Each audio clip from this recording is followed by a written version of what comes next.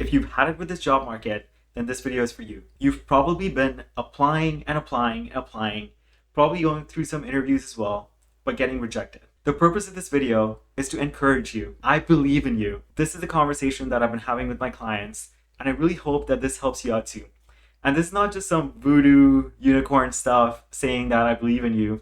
I'll talk about how, and I want to encourage you in this video. We'll also dissect where you may not be getting the results that you want and what you can do differently.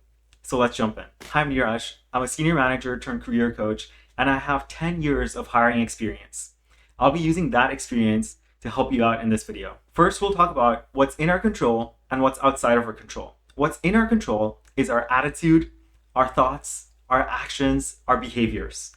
What's outside of our control is this job market, the companies that you're applying to, what positions they have open, and what biases do the hiring managers and recruiters bring to the table. And everyone's human, so I'm not faulting them for that, and everyone's working on themselves. But there may be biases that we'll have to work through. So let's talk about what we can control. That's what this video is going to be focused on, because that's what feels empowering.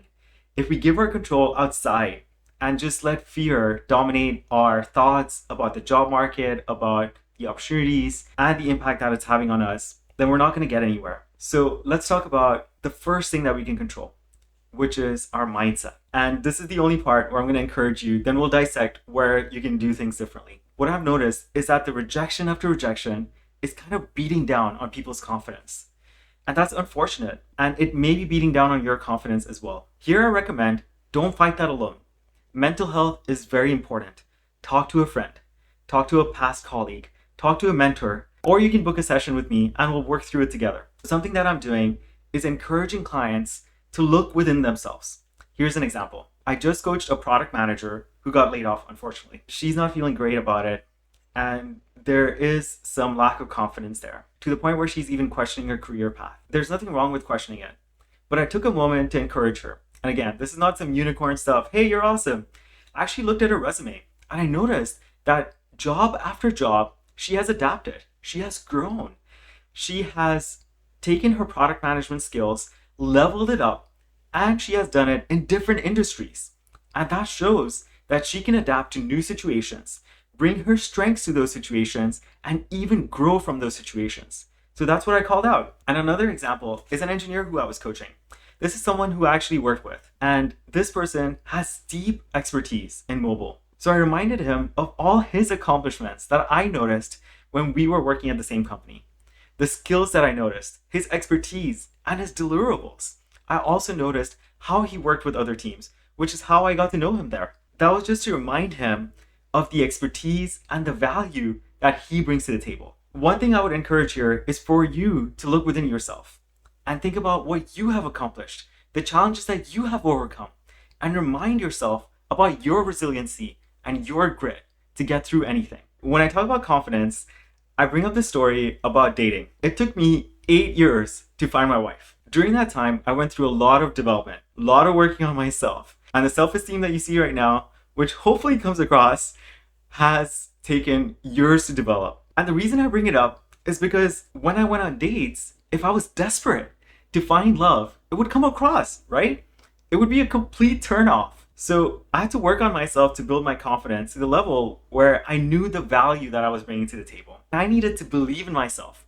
And that's what I'm telling you here. You need to believe in yourself. And if you're desperate, it's going to come across in your applications, in your interviews, and you really don't want that to happen. Remember that you're not just looking for a job, you're looking for the job. The reason I bring that up is because if the company has red flags, if you notice the manager is kind of a micromanager, or the environment may end up being toxic, or you jump in and then there are layoffs. So you want to be interviewing the company too. And that's the attitude I want you to go in with, that you bring a lot to the table, you have a lot to offer.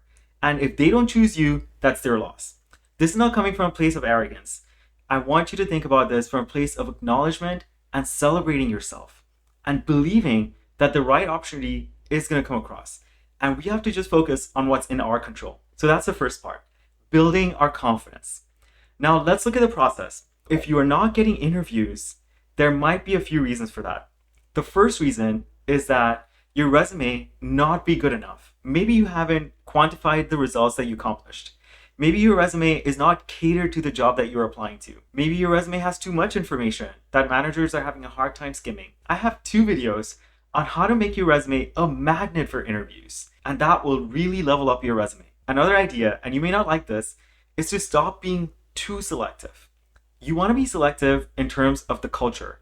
You want to make sure it's not a toxic environment that you're going into. You want to make sure that you click with the people that you interview with. But what I mean is you want to expand your horizon. Think about other industries that you can apply to. I've noticed that there are a lot of layoffs that have happened in tech. I've noticed that even more layoffs, percentage-wise, have happened in the gaming industry. But I know a lot of ex-colleagues who are still limiting themselves to the gaming industry. I want to urge you to look outside. Think about where else your skills can be applicable. If you were an engineer working on games, maybe you can apply that expertise outside of games. Maybe you can take that to AI and machine learning.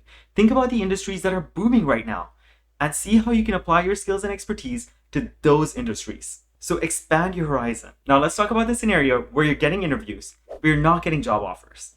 First, acknowledge that you're getting interviews. That's awesome. Now what's outside of our control is who else is applying for that same job. But what's in our control is what we can do differently. How are you preparing for the interview? When I was hiring, I noticed that a lot of candidates didn't have enough information about the company, or their answers weren't good enough. Are you practicing your answers with someone? I'm not saying to memorize it, but at least have some thoughts together so you can frame it accordingly, or have a structure in mind. I have a video on this too. What kind of questions are you asking them? Remember that you are also interviewing the company. You want to make sure that it's the right fit for you. And when I was a hiring manager, sure, I would ask questions, I want answers, but I was also very curious about what kind of questions they were asking me, because that showed how curious they're about the position, the company, and how interested they are in the position itself.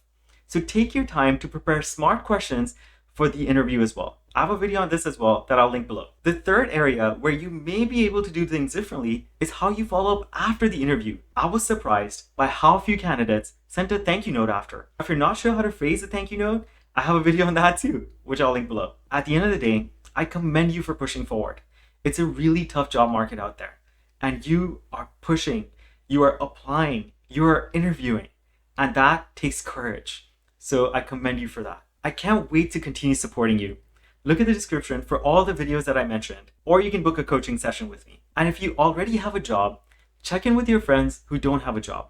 See how you can help. Let them know of any opportunities that you see, or just get on a call and chat. One last thing, as I was working on content, I noticed that I was getting burnt out by editing. So I'm trying this new style of video with minimal editing. Let me know what you think of this style. I'd love to hear your feedback. Put in the comment section below. Or if you have any questions about resumes, or how to apply to jobs, or how to prepare for jobs, add it in the comment section below. I'd love to hear from you and help you out. I wish you the very best. You got this.